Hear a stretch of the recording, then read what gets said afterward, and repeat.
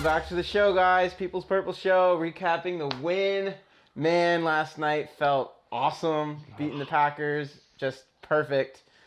What are your thoughts, man? Oh man, so I said early in the game to you, I was like, it's kind of been our defensive identity is to like give up like the first two drives or so, like look kind of bad, but then we get like the friction starts and it's like then it's just nothing for the rest of the game. It's exactly what happened. It went down, and Aaron Rodgers looked like Aaron Rodgers the first two drives up down the field.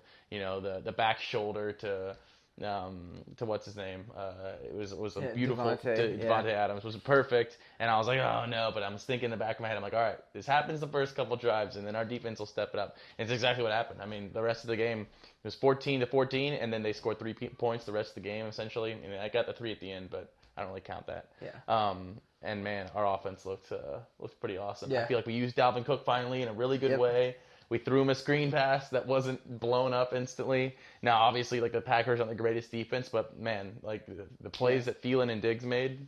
Yeah, no, man, I'll take that offensive performance. I'm not going to lie, I was kind of freaking out after the first couple minutes when it's too, like you're already thinking, all right, here we are in prime time.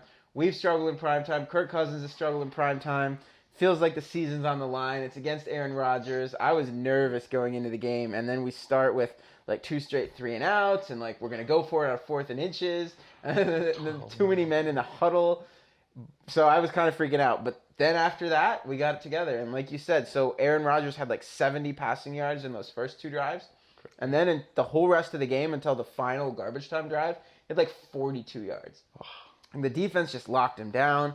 We were running a really cool concept that I don't think we've seen before, where instead of just the double A gap blitz with the 2 linebackers, Harrison Smith was down there too, so there were 3 blitzers potentially right in that hole, and then none of them actually blitzed. Pretty much every time they all pulled off, but the offensive line was so confused that then we just ran a simple inside-out like stunt play, and Sheldon Richardson had 2 sacks, and we were putting pressure on Rodgers. So man, it was just almost everything you want, you know, that solid defense, great offense. I mean, ending the Packers playoff like hopes pretty much. Like, yeah. I mean, it felt like we pulled out a lot of our stuff in this game. Like stuff like that was awesome. The touchdown to Diggs, I mean, like that route combination with him and Thielen. It's just like I feel like we pulled out all of our stuff in this game, and I just hope that we continue to do that, man. Yeah. I mean, there are teams that do that every single week. I mean, you look at the high-powered offenses in the league, like the Chiefs and the Rams and the Saints. It's like,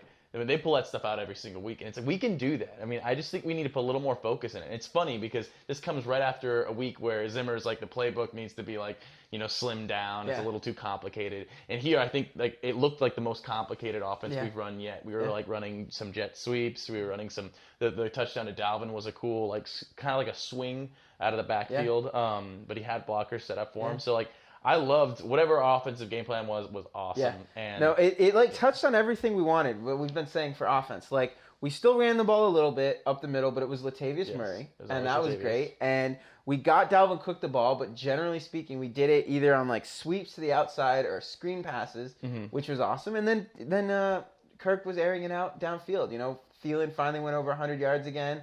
Diggs had like 80 yards and a touchdown, I think. I mean, yeah, it was just an awesome offensive performance. Yeah, like I think that needs to be what our offense looks like moving forward. I think it needs to look like pass first. If we're going to run, it's going to be Latavius up the middle, or it's going to be Dalvin in space. Yeah. But it still needs to be heavy passing. And like, because I mean, we looked good, you know, and I think that maybe like their D line isn't as talented as most, but they still have Clay Matthews, who causes a lot of problems. And even though he was lined up, what was the play he was lined up on Hill like for like one play because oh my gosh, I think his Reef went out for a play, and it was instantly just blew past him and was right in the backfield. But Kirk Cousins threw it quick. I mean, we were like our plays were still coming out quick and stuff. We were running a lot of play action.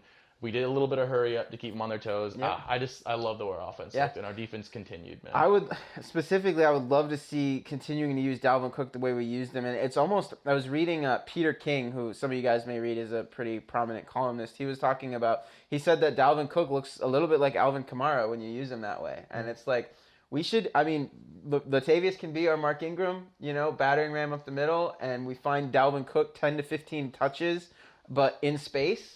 That's just a lethal combination right there. That would be, I would just love to see more of that. One other huge key to the game: no turnovers. Oh, we did not turn the ball over. It's amazing how much easier it is to win a football game when you don't commit stupid turnovers. I mean, literally all the past few games that we've lost has just really been a turnover battle. Yeah.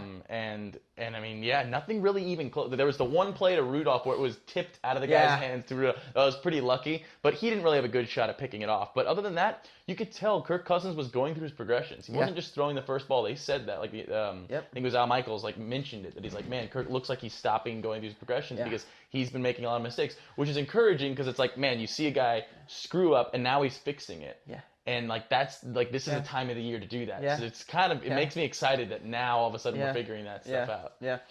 Only two negatives that I took away from the game. The first one is, come on, Dan Bailey. Like, really, did we have to miss 2 field goals? But fortunately, it didn't haunt us. Let's not even talk about it. I don't want to put any like negativity out about that. But then Xavier Rhodes, it looks kind of bad. I saw somebody on Twitter. There's like a medical doctor on Twitter that's always like chiming in on NFL injuries, and he said that what Xavier did looks like it could possibly have been like a complete tear of his hamstring, which would require surgery and would knock him out for obviously the rest of this season, and maybe even put opening day next season like in jeopardy. But that's speculation. But at any rate, it looked like a bad injury. So what are your thoughts about Vikings cornerback situation? I mean, obviously, if there's a position to do it in, well, not even a position, I think anywhere in the defense. I mean, you can talk about our defensive line, how we've got Weatherly mixed with our other 2 DNs that are like all studs. We have our 2 starting defensive tackles, but we got Tom Johnson behind him. So it's like anybody our D-line gets injured, you kind of have a backup. Like maybe linebacker loses a little if you lose one of our 2 starters. But at cornerback, I mean, we've been kind of going through this the whole year. I mean, Mackenzie Alexander gets a lot of playing time, and obviously Trey Waynes is got for like cornerback 1 abilities. I mean, I think he did fine for those few plays that he kind of took over for Xavier. And I mean, Xavier hasn't had an amazing year. It's not like he's been the Xavier of 2 years ago. Yeah, and if he is out, it would most likely be Holton Hill that gets the start in his place. And that would be really interesting because Holton Hill has looked really good, but he's also raw. And you saw last night, Devontae Adams just torched him on a double move. And Aaron just missed that pass. So if we have Holton Hill starting, I think that would be a little scary. But at the same time, you're right. I mean, our cornerback depth is just great. So hopefully Xavier. I mean, we said it last night. Xavier can be dramatic at times too. So we were halfway expecting him to just come running back on the next play. He walked off. I mean, he looked horrible, but he walked off. All right, man. Well, big game coming up next week. Yeah. We're gonna be there for it. So we're gonna be in Boston next week, which means that our prediction show is going to be a live stream, and it's gonna take place in Boston on Saturday. Yeah. All right. So be on the lookout for our next show. It's gonna come out on Saturday, and it's going to be a live show. So you guys can chime in. We'll do our best to kind of like do some banter back and forth with the audience, so it should be a good time. Yeah, and so we're flying in Friday night. We're gonna be hanging out all day Saturday in Boston, and then going to the game on Sunday. So if you guys have any like restaurant recommendations or bars, anything we should do when we're in Boston, any Vikings fans in Boston, just reach out to us. Yeah. Oh man. Yeah. Let's do that. Let's meet up with some Vikings fans, and maybe we'll even throw you guys on the show for a minute or something like that. Yeah, man. Yeah. All right, so huge game coming up. If we can beat the Patriots, man, it's just going to be amazing. So enjoy the rest of the week, and we'll see you guys on Saturday.